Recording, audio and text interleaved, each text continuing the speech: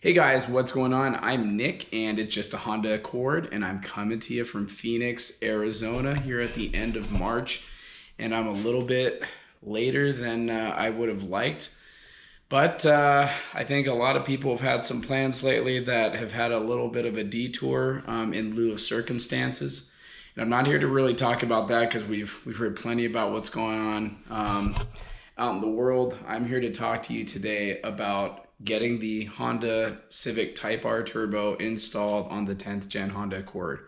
This is part 2 of 2, and I am going to be candid with you. I wanted to have a lot more driving videos with the car, and again, because of circumstances, there's not going to be as much driving in this video as I would have originally liked. You'll have to check out a later video when I'm able to get around to that.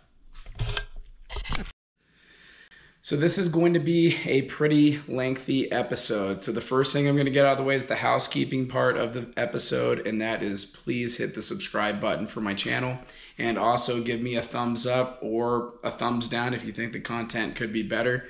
Either way, would like to hear from you, get some feedback on how the videos are coming out. Are they helpful to you?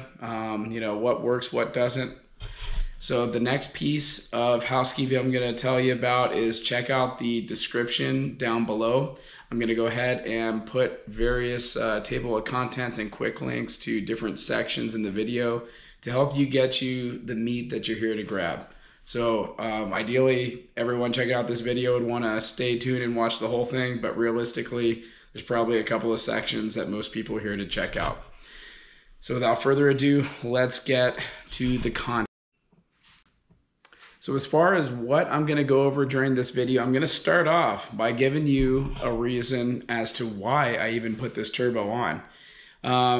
It was something I just completely overlooked, but I got a lot of emails, have gotten several Facebook posts. I've gotten messages on Instagram saying, Nick, why are you putting on a Civic Type R Turbo on your Honda Accord? What are you really getting out of it? So I'm going to talk about that because to me it seemed like it was obvious, but it's not, because I've gotten a lot of questions about it. After I go over my rationale for putting it on, I'm going to talk to you about the high-level pain points. And this section is really aimed at the veterans who are planning on doing this turbo swap. And they just want to know, Nick, what's the gotchas? I've done turbo swaps before. What are the things that stand out about doing this install that I wouldn't just, naturally expect? After that, I will go over my detailed step-by-step, basically posting as much video as I have on how I installed the Civic Type R Turbo. And it's definitely over the top. I show gratuitous video of how I access bolts, how I slip hoses on and all that type of stuff.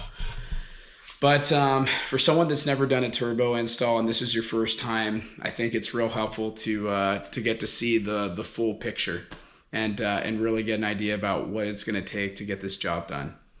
After that, I am going to show you a couple of clips of wide open throttle pulls. Unfortunately, it's probably going to be like 30 seconds of video of what I have. Unfortunately, there will be more in future videos, but it's pretty lean for this video. After that, I will be talking about the e-tuning process that I went through and give some feedback about it. And then lastly, I will give you my review after putting a little over 1,000 miles on this setup and tell you if I think it's... When I first got this car, if you went back to that very painful first episode I put up, one of the things that I said that was paramount about this car, this is my family sedan, and I said any mods that I was doing to it really needed to keep the car reliable. And I know that's kind of an oxymoron, right? I did a turbo swap, and that's not really necessarily in the interest of keeping the car reliable. But I'll tell you my twisted rationale about it is that it is a Honda Type R Turbo. It's a Honda Turbo anyways. I'm not running crazy high boost. And I would argue that in certain capacities, this block, which is, very close to the Civic Type R block, in certain ways is more equipped to handle higher boosts safely since it's a little bit lower compression, which is why I can run pump gas, lower octane on stock, obviously not now. But anyway, that's just kind of my rationale, starting off with, do no harm, if you will. That I feel that I could put this turbo on and still have the car be a family sedan that's ultra reliable. The next reason is just because I love to mod cars and I just can't leave them alone. And you get me with a turbo car and chances are boost is going to go up a little bit. That's how I go. So the other reason I put this thing on is because I wanted a little bit more power. But I was also interested in moving the power curve closer to redline. So, my initial review of driving the Honda Accord 10th Gen 2-liter with the stock turbo, there was like no lag with the stock turbo, and I felt that the boost comes on too quick. And what I mean by that is on the stock tires, I was blowing the tires off, routinely, not even when I wanted to. It's like I'd be turning out of a parking lot and I needed to, merge onto traffic, and I'd be spinning tire, coming out. And it was almost kind of obnoxious, the loss of traction with the stock turbo and how fast it was making boost. So I prefer a power curve where you get the max horsepower closer to redline. So I was looking forward to doing that with the Type R turbo. So those are really the major reasons why I was interested in doing the turbo swap. As far as the high-level pain points go, okay, so the first thing I'm gonna also refer you to is, if you haven't checked out the description of the video, I have all the parts listed down there. One of the things that I may have done differently would have been to possibly put on the Civic Type R inlet instead of reuse the Honda Accord stock inlet. I would have potentially used the Civic Type R inlet just because there would have been no grinding needed to my wastegate actuator. And in my case, I also had to do a little bit of grinding on the ribs on my stock inlet to get an air gap between the two. So, the downside, right, with going with the Type R inlet is that there is a bracket that mounts onto the side of the Accord inlet that basically holds a couple of the vacuum hoses and harnesses and that type of thing. And there isn't a place to bracket it against the Type R inlet. So you'd have to zip tie it to like the AC hose, that bracket. And I don't feel that's very clean, but is it cleaner than grinding down your wastegate actuator and inlet? That's for you to decide. Okay. So that was pain point number one. Pain point number two was actually the oil line. There's a hard metal oil line that goes to the top of the turbo. I refer to it as the banjo bolt in my last video. And I found out through trial and error that the oil line on the Accord 10th Gen is slightly different than the Civic Type R's oil line. And what I found is, after I had put the turbo on, connected all the hoses and all that stuff, and I went to go torque down the banjo bolt through the oil line, I ended up mangling my washer that goes over the top and the bottom of that banjo, or that connection. And I could not get that bolt to thread. And the reason was that the oil line needed to be bent just a hair closer toward the front of the car. So we're talking, like a 1/16 of an inch, like barely anything. But if you put the turbo in there and it was in place, you couldn't bend the line forward enough to get the access. So then you had to take it all out and bend the line just a hair and then do it all over again.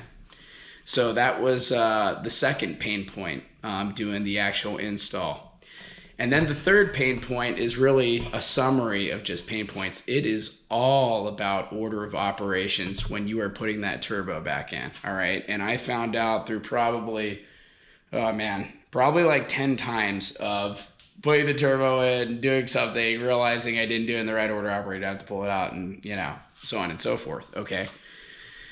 So the correct order of operations is to start with the smallest hose on the bottom of the turbo, smallest vacuum hose, hook it up, right? Then you need to hook up the modified coolant hose that you bought from the parts list I told you about, and you cut to fit, and you hook that up to the coolant line on the bottom of the turbo. Then you hook up the return oil line that goes into the bottom of the turbo, okay? And then after you have all three of those guys hooked up, you can then mount it against the head, lightly hand tight some bolts, get the bracket into place, hand tight some bolts, all right? Get the oil line, put the banjo bolt through, and then you're pretty much scot-free from there, right? Then you go in and torque bolts to spec, and then you can work on getting your top vacuum hoses and your top coolant line connected, and put everything else back together. So that is the high-level summary of the pain points I encountered putting the turbo back in. Now I'll take you into the detailed step-by-step on how to do all this stuff that I'm talking about and implying about in the detailed section of the video.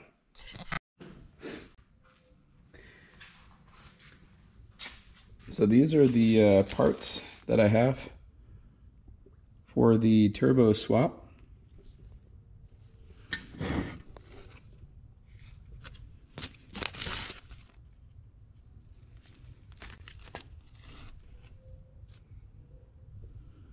And of course, the turbo. I picked up a Civic Type R downpipe heat shield, upper heat shield, and needed a Gates hose and I believe it's a 5/8 to 3/8 Boudouin reducer. And then also, and just to give you some more context, I pulled the hose that was going into the block right here, and I have it on the Accord fitting, and just showing how it did have a 90-degree angle in it. And then obviously you can see side by side how much bigger the Type R hose is, that it's 5/8 inch. I'm not sure why Honda did, you know, whoops, fumble, 5/8 on the top and not on the bottom for the Accord, but I digress. So these are 10 millis on the nut.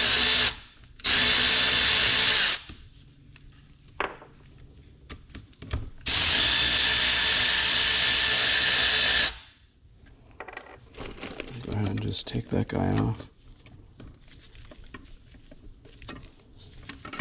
Maybe. Okay. Just a little bit more comparison for you, side by side. So, I'm just curious if the gasket is any different for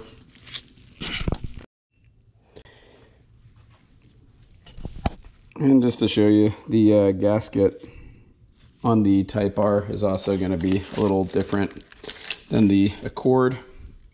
The studs are a little bit closer together on the Type R turbo than they are on the Accord turbo.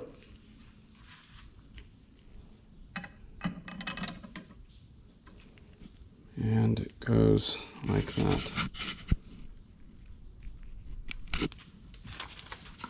So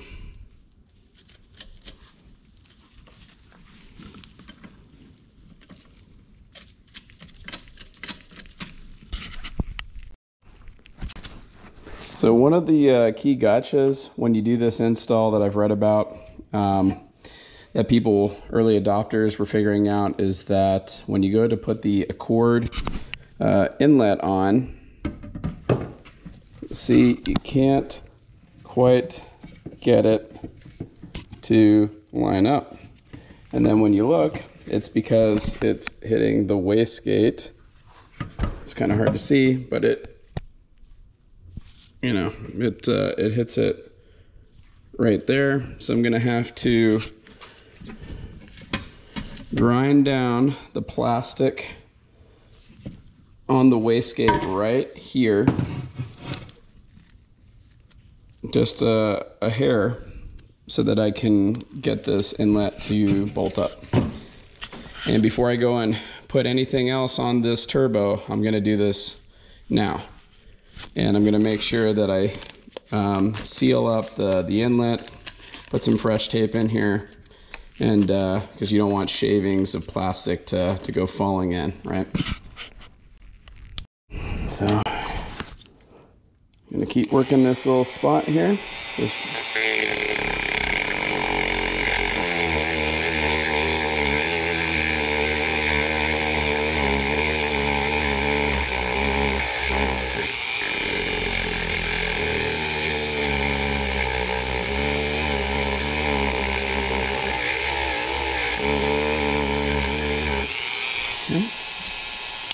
I'm gonna check that guy out.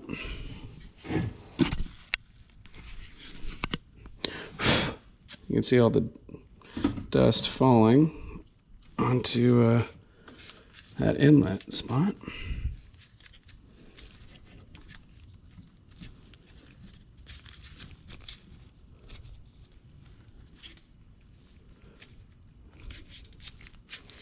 So I think it's pretty close.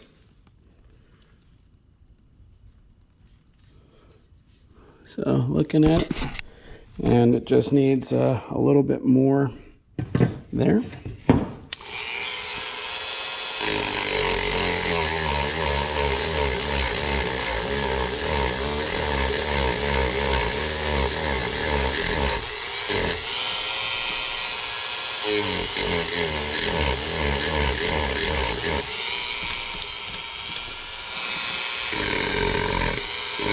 Okay.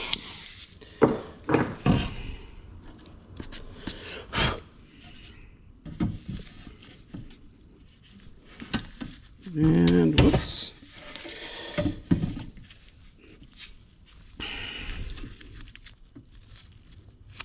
Okay, I'm gonna have to pull the tape. Really take a look at the bolt holes. See how close or far away I am.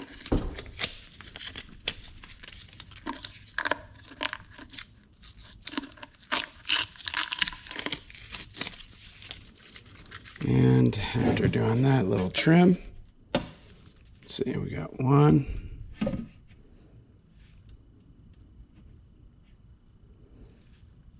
It's really close, but it's heading all the way down here. So need to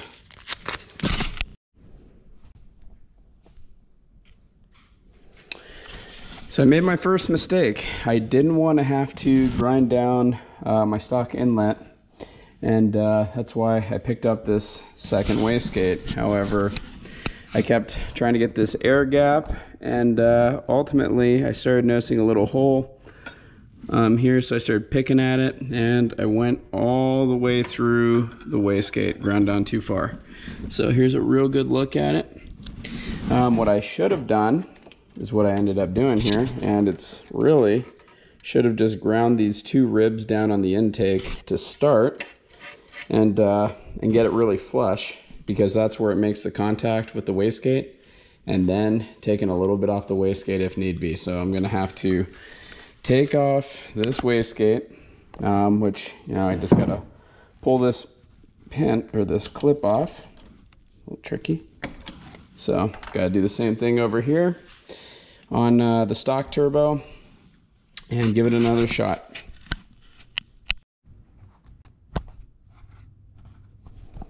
So I've unbolted this, and you just slip the arm off and fish it out. There you go. Definitely a party foul. Okay, so I've had some gotchas, so I'm going to go ahead and share them with you.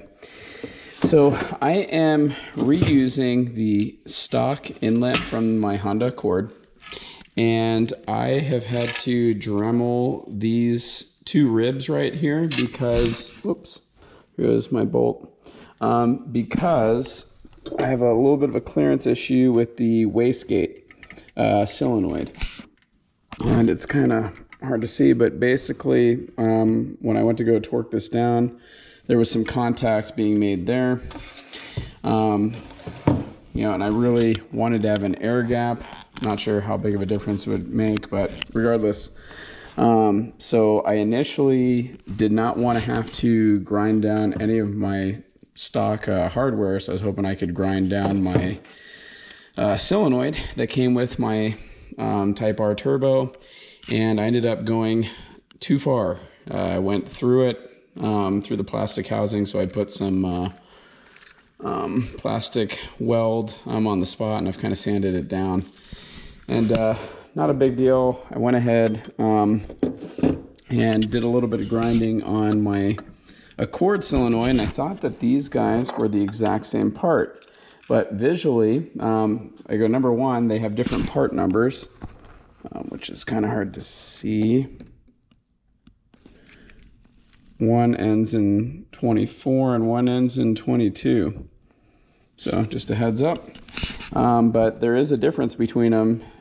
The arm is actually a different length between the two. So what that means is if I, whoops, look at my wastegate flapper on the other side here. Whoop. Keep things clean. And oops, this isn't totally mounted, but you can see that this is too long.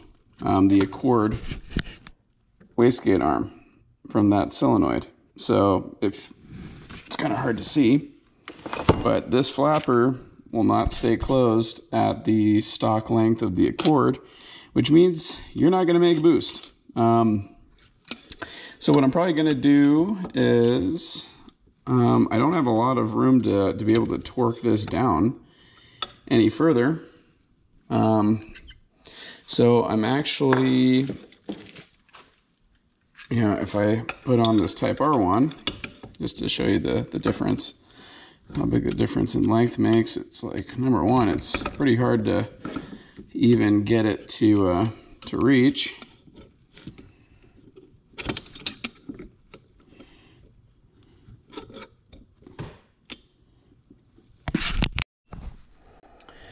So I swapped the solenoid arms from my Civic Type R solenoid that came with it to my Honda Accord. I did the switch, and basically I loosened this nut so that I could slip this arm over top. And now that I have it on, I'm going to go ahead and, you know, I was told from a guy on the Facebook group to leave at least one thread visible. So that's what I'm targeting. And I'd say right about there actually is about perfect. So I'm just cinching that down a little bit. I can go ahead and toss the clip on to the wastegate flapper, and now it's nice and closed.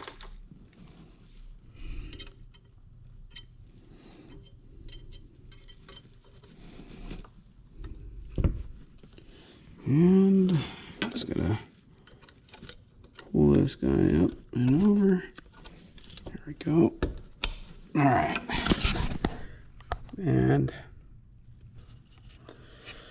ready. So I'm going to go ahead and toss on my new gasket and also my Type R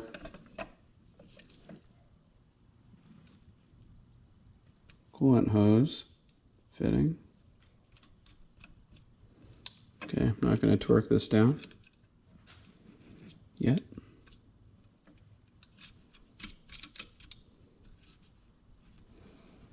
Okay. So I need to transfer this guy off of my old turbo to the Type R.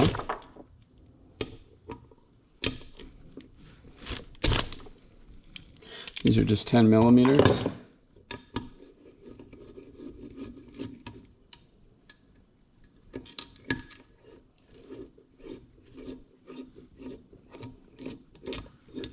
All right. And there we go. Just a heads up, I don't have a torque spec for these little hex heads, so I'm just getting it snug and then doing a quarter turn. You don't want to go anything crazy. Those are going to be easy to strip. I believe this is the oil return line, and it has this little tab facing the nut. So just an FYI regarding orientation. Not sure if it matters, but trying to keep things exactly as it was.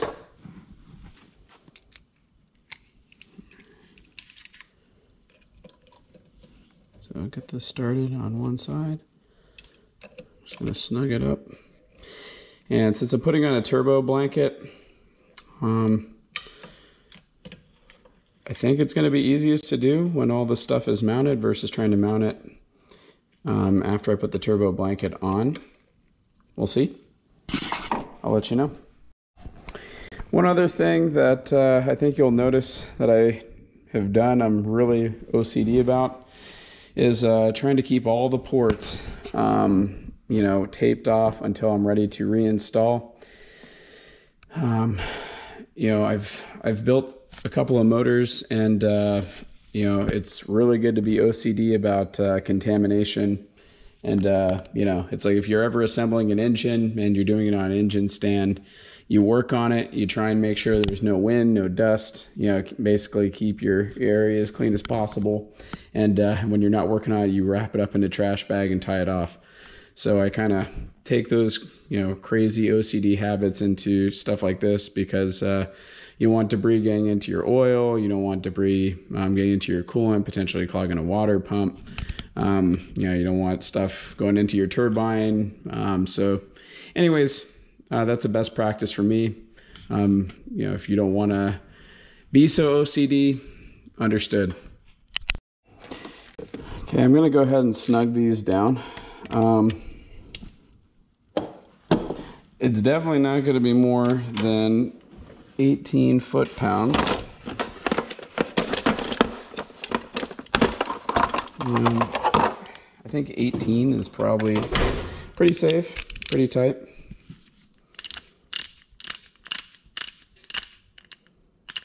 So 18 it is.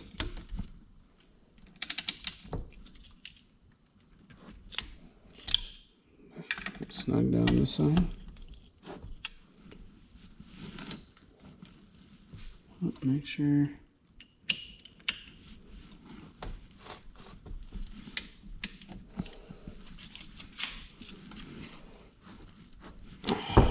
Let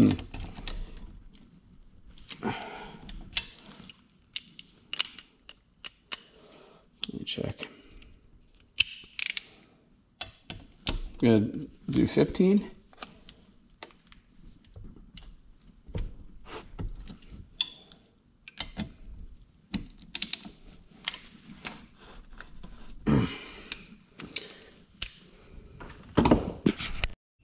And I'm torquing these bolts down. Both of these, I'm just keeping my hand at the very top of my ratchet, not at the end to get ultra torque. and I'm just torquing it pretty much as I can with my hand at the top. I find that doing torque in that manner, you know, seems like it normally, for me, my strength, everything else, normally yields, you know, 10 to 15 foot-pounds. And it feels tight.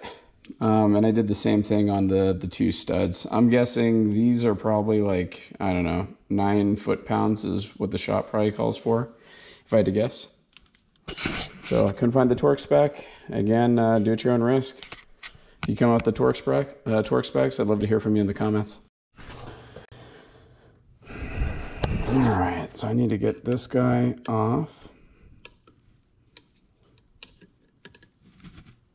And over to the other turbo.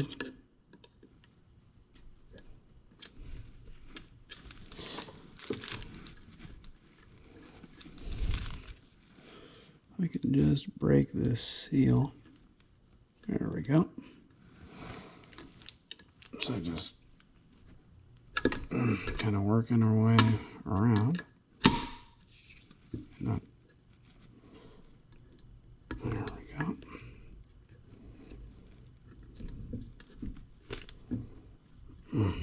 It's coming. It's better to use the edge of this thing than it is to use the pick, so you don't puncture anything. And I'm going to keep in mind of that orientation. It was pointed straight down across this guy. And also keep track of which side was which. So it was this side. And get on as much as possible.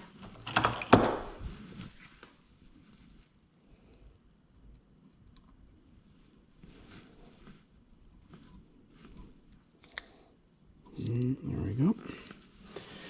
Okay, one more hose to do. And at this point, I will have removed everything I need off of the old turbo.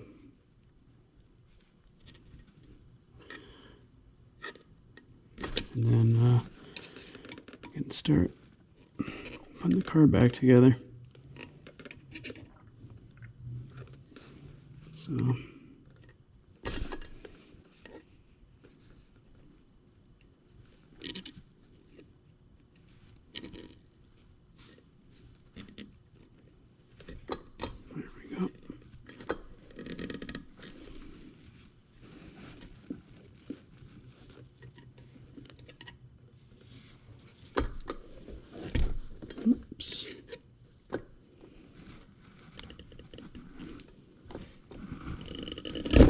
there we go. Same deal. This was pointed down. So I'd like this to be pointed in the exact same direction that it was before, which is down. And got it all seated. There's my better players. My workbench is an absolute train wreck. This is what happens when you got several projects going on at once.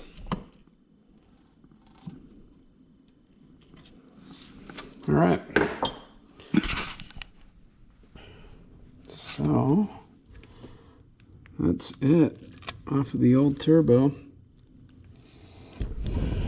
I think we're ready to put this guy on. Last thing I'm going to do tonight is pull the old gasket off.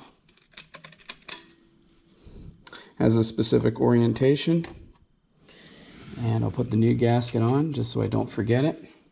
And then I'm going to go ahead and just seat the turbo in here. And if you haven't already, make sure you clean all the coolant out that you can, so you're not smelling coolant for, you know, weeks on end.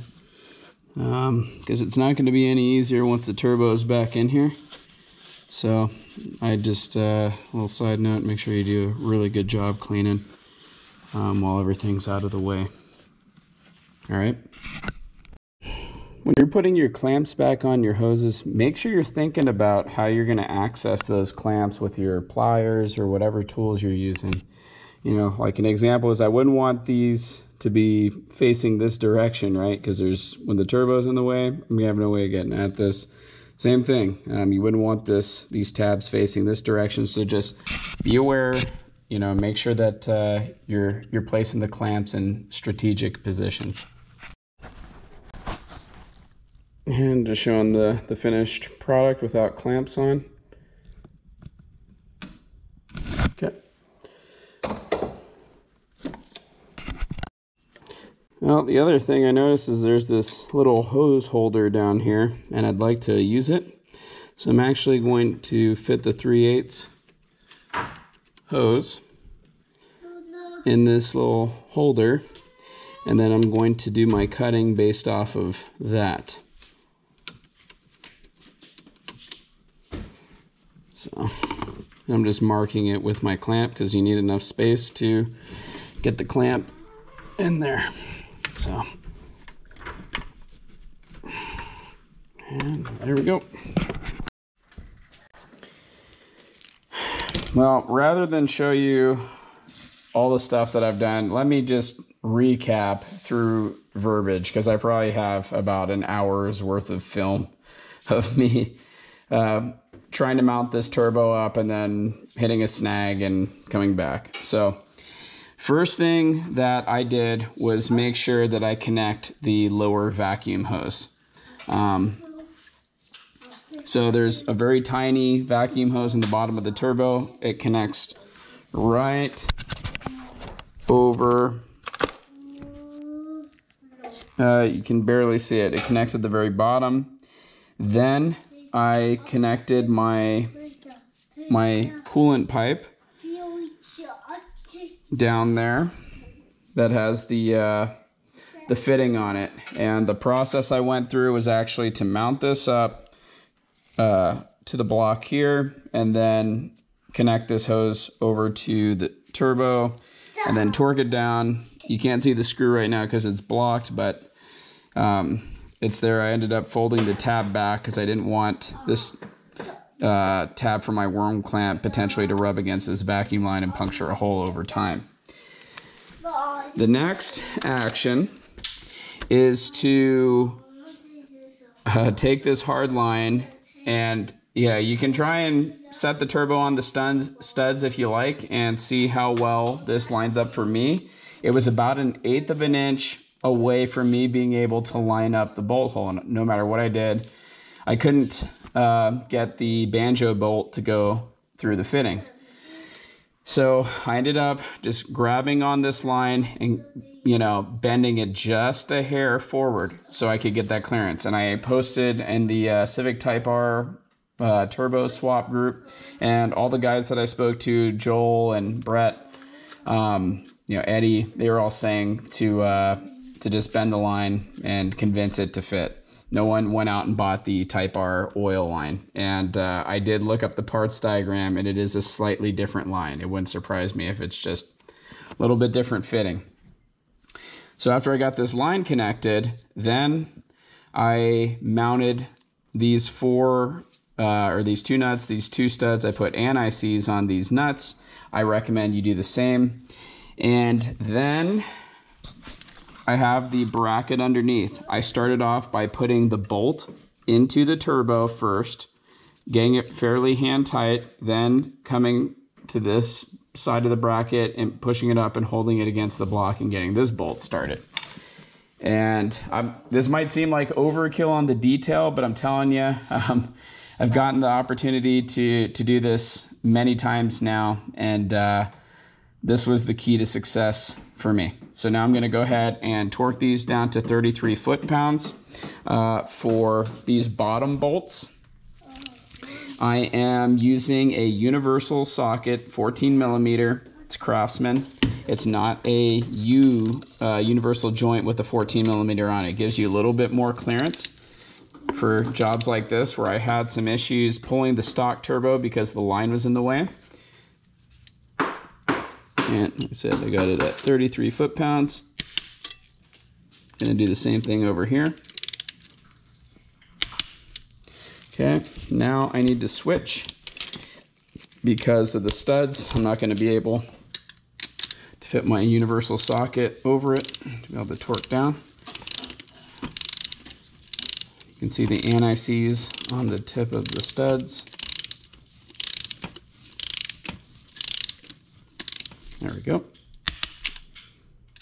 One more.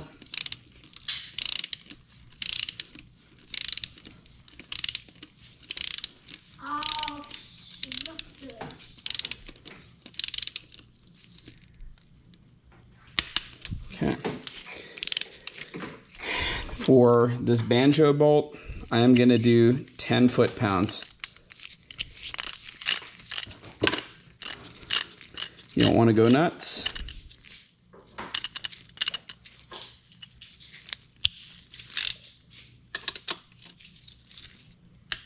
There we go. And then I'm just going to see how it feels. Yeah, feels tight. Okay, I went ahead and used a brand new washer. I'll put the part number in the description of the video. It's other guys have just reused the stock one, but it's a $5 washer. To me, it's like replacing the washer on your oil pan bolt. And you know, it's up to you. For me, I didn't want to roll the dice because if this thing leaks, it's going to be a mess. Once again, universal socket is key. I'm using this universal 12 to tighten the intercooler bolts.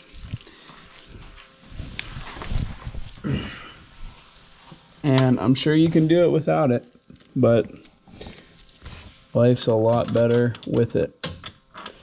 So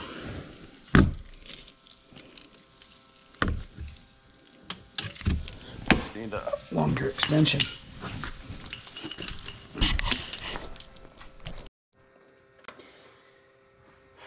So I'm gonna slip the downpipe from the bottom up with the O2 sensor attached.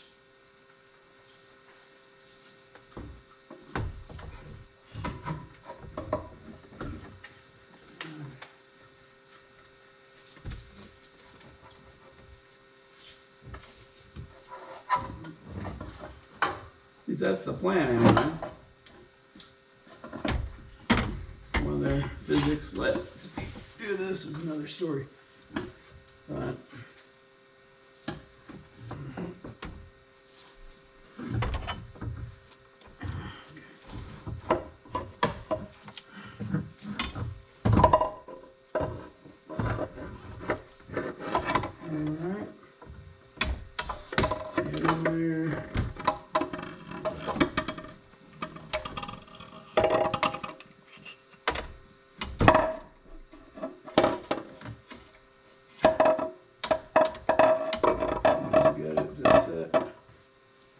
on a stud and not fall on my face. That's all I'm trying to accomplish.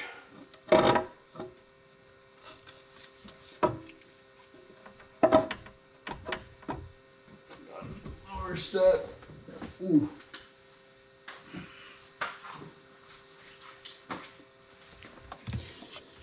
I can come back up here.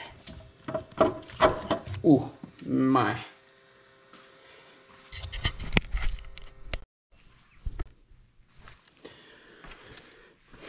I'm ready to put the heat shield, the Type R heat shield on. So it begins night 4 working on this thing.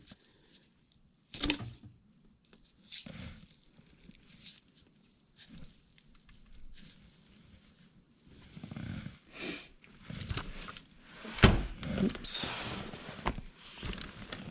We'll check this clamp. Oh, it's still loose. Okay. So I've went ahead, I've done some trimming on this. I'm not going to bore you with the trial and error of the fitting. We got a bug. So after you get this thing to fit, and you want to make sure that there is clearance between the hose and the turbo. If this hose is resting on the turbo, it's going to burn a hole through it over time. And you're going to want to test fit with your inlet in place. So I'm going to go ahead and put the silicone hose in place first, and then I'm going to put the inlet in place. So I'm putting the silicone hose in first. Curious if I'm going to have any clearance issues with the O2 sensor being relocated. Hadn't read of anyone having issues, but let's see.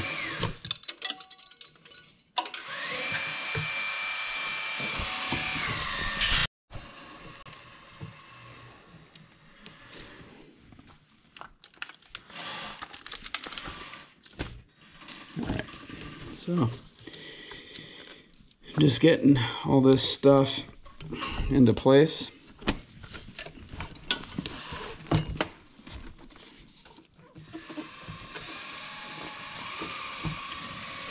And oh yes, finish my flex fuel. So I'm ready to put the inlet back in. I'm going to go ahead and leave the harness to the wastegate disconnected because I'm going to need clearance to get this 12mm bolt. Make sure that you've taken your vacuum hose and just seated it in its 3 different locations. Notice it has a little white dot along the hose that indicates where it's supposed to be mounted into this. And I'll go ahead and pull this back a little bit, slip in the inlet. Already tightened the clamps, by the way, on my coolant hose up top. So, alright, first thing I'm going to do is just visually double check this hose down here, make sure it's not touching the turbo. That would be bad if it were. It would burn a hole through that hose in not a lot of time. And these are the 2 bolts.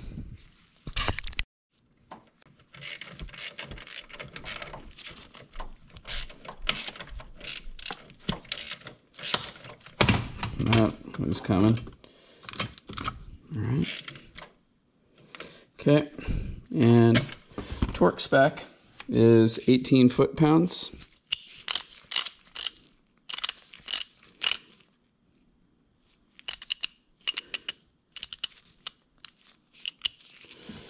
All right, oops, slipped off my socket there.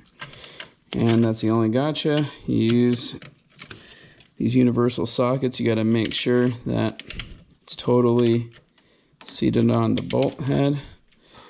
If you can, you try and come as straight on as possible.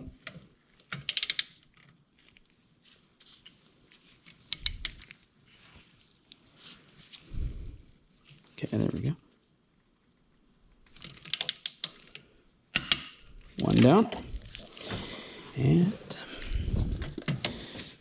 that's a pretty big milestone. If you've gotten this far, the hard work is really over. Assuming everything starts and you don't have to take this all apart.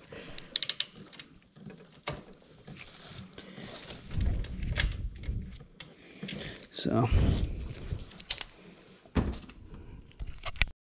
and the whole reason that I use the Accord inlet over the Type R is I couldn't find a lot of information on using the Type R inlet and finding out, you know, what it would take for this bracket to fit.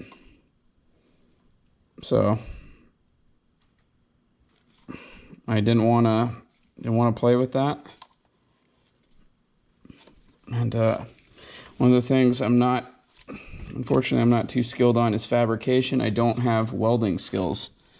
And if I did, I would save a lot of money potentially, but I don't.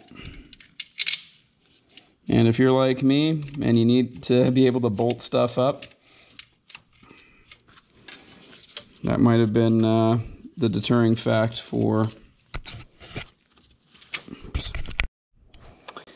So I'm just tidying things up at this point. I actually moved this hose out of the way so that I had a little bit of extra clearance, tightening that inlet bolt, and slipping these hoses back on.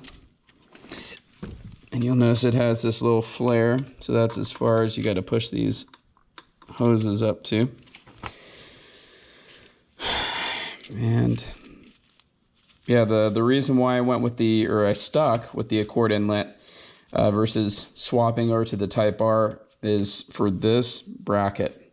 And there's some electrical harnesses that mount to it, and it doesn't look like the Type R has the same type of bracket. I didn't do a ton of research on it, but from what little research I had done, some people had said that in order to get the Type R inlet to fit, you have to do some fabrication.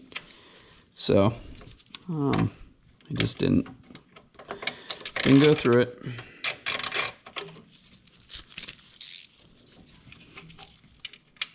This thing, by the way, is pretty sweet. Another one of my handy dandy tools. Now that everything's in place on the side here, I'm going to go ahead and plug in the wastegate sensor.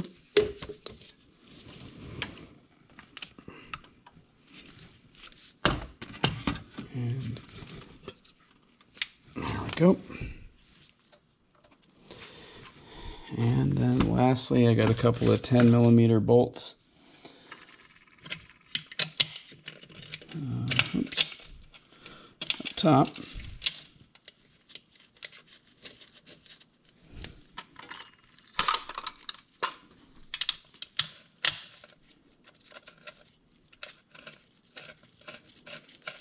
Alright, and I've saved the nut here, and I need one more bracket.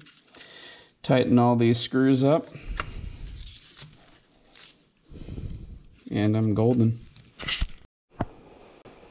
Okay, so you'll notice I had to reroute the O2 sensor wire to go around the bracket, and then put it back in the seat. And yeah, and it has heat shielding on it. I don't think it's going to touch this pipe, but it should be fine either way. Last thing, don't forget to plug in your MAF sensor and double check clamps, double check your work. It's my flex fuel. And the last thing left is to plug in the battery terminal, and this project is over.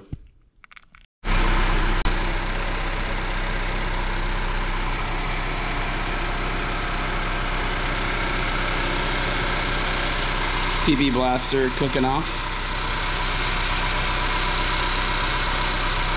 And all the other crap, coolant. But not a bad idea to get under the car. Don't see anything dripping on the ground, which is good.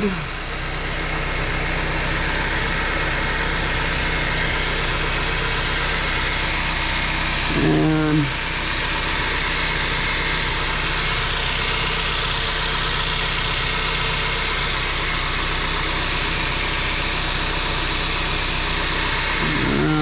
everything looks fine.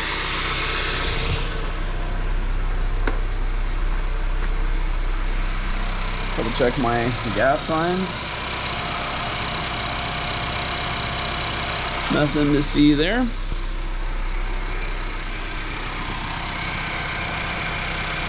Nothing to see there. Smoking's going down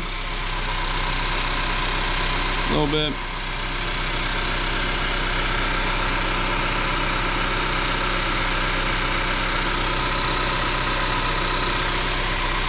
Alright. Good deal. So I'm on revision 8.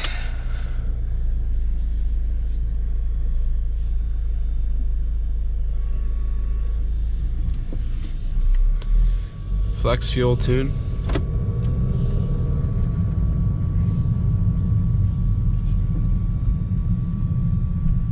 I'm just taking a quick video to show you how long it takes for the gauge cluster to clear after doing a flash.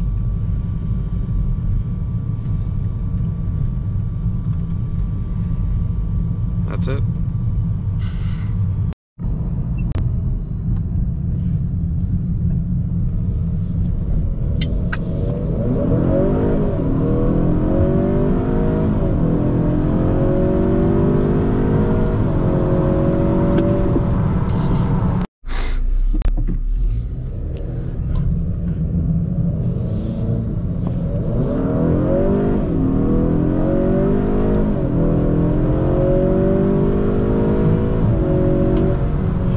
Shit toe.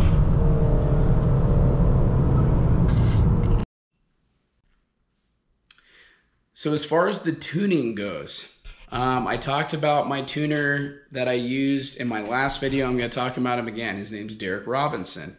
He does an awesome job. All right. I had a really great experience with him, and more importantly, I had a great experience with the product that I received. So I ended up doing a flex fuel tune. All right, so I put in the PRL flex fuel sensor. I'll make another video about that later.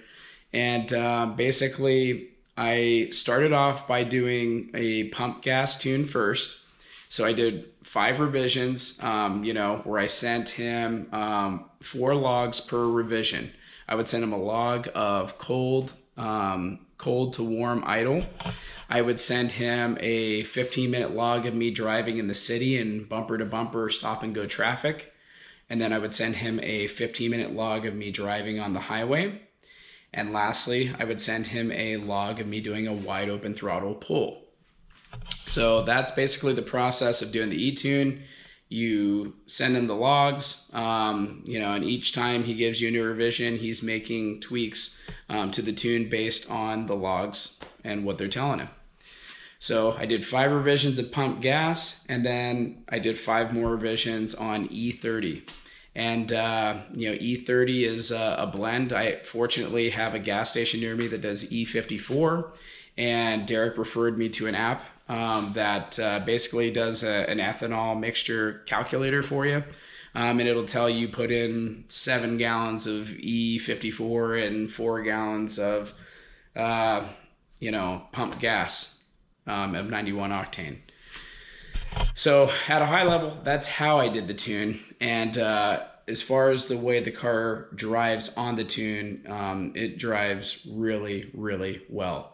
I would say on the stock tune, there was definitely certain areas in the tune that, occasionally would just be a little rough. I'd get, maybe some rough shifts, or you could feel it wasn't smooth. And I'm very attuned to how the car drives, and I can feel a misfire. I have a nose for it, if you will, for if a car is driving poorly or there are issues with it. And the car running on Derek's tune is it's running so smooth. It's night and day difference. Very impressed with the product. So that's what I have to say about the tune. If you are planning on doing this mod, and you're like me, where there's not necessarily a lot of local tuners that are available, or ones that you feel have a good reputation or really renowned, I would highly recommend talking to Derek Robinson. And he did me right. So as far as my review of this setup, okay, I'm kind of blown away, honestly, with how much more the car is now with this turbo. And it is the car that I feel it should have been when I took it home. It's really, really freaking good. All right. It's quick. It is fast. Okay. So for a 4-door family sedan Honda Accord, it is fast. And, you know, I'm going to give you a quick little backstory here about why I call this channel just a Honda Accord. All right. Because back when I had my 8th gen Honda Accord, at the time, I feel it was one of the most modified 8th gen Honda Accords. It looked really good. And many times I would, you know, meet up with coworkers or family and they didn't know what I was driving type of thing. And, you know, I would take them for a drive or something, or they would see it and they would say, man, what is that? You know, and I would go, oh, it's just a Honda Accord. And, yeah, I always used to get kind of a kick out of it, and I said it a lot of times, which is why I came up with this channel name. And after putting this turbo on, I took one of my coworkers out for a drive, and I didn't tell him about, you know, the mods that I did. And I, you know, punched the gang onto the highway, and he was like, holy crap, man. You know, he's like, whoa. He's like, what is this? You know? And I was like, oh, it's just a Honda Accord. And, you know, and when I had that one, it was just, you know, it was kind of gratifying. So going back to, you know, my review on this turbo, that's kind of the satisfaction I get. It's really fast. It's fun. It drives great for a daily driver though. I feel that it drives a lot better, with that power curve being at the top, versus being down low. I'm actually getting a mile per gallon better, you know, MPG better, shockingly, on the E30 blend than I was running the stock turbo stage 2. And I think the reason for that is just because I was always getting into boost, right? Like you start boosting at 2000 RPM. You pretty much can't, you know, drive through a parking lot without getting in boost, just about, right? So with this setup, it's more of, you know, you have the power when you want it, but you're not getting into it needlessly. All right. So I'm really happy just with the drivability of the car. And then as far as the way it performs, I felt on pump gas, you know, I was really impressed. Right. And on E30, it's been like, you know, it's pretty freaking impressive. All right. I was shocked. It does take a bit to impress me. You know, I get to drive that guy regularly that's got 600 to the wheels, and it does take a bit to impress me. And for a 4-door family sedan, this thing is pretty freaking impressive. And I think for the majority of people that buy the 2-liter Accord and they do this swap, you're going to be blown away. All right, you're really going to enjoy it. And a lot of guys that are running this with a nice wheel and tire setup are running, you know, mid to high 12s. You know, with my, you know, butt dyno, if you will, this car based on my 20s, but I have Indy 500 Firestone Firehawk tires. You know, I feel like it's probably a low 13-second car, maybe at the, you know, maybe 12, high 12. 12.99, you know, in that ballpark. I think it's pretty fast though. And I think anytime you have that low 13, high 12-second car, it's quick. All right. So that's my review after driving it with 1,000 miles. I can't give it any more thumbs up than, you know, than what I got. Highly recommend doing this mod if you are into modding. And I feel giving it 1,000 miles of seat time gives me an educated review to give you, and it's not just a knee-jerk reaction. All right, I've had a decent amount of time to be driving on this thing, and there's, you know, knock on wood, no regrets.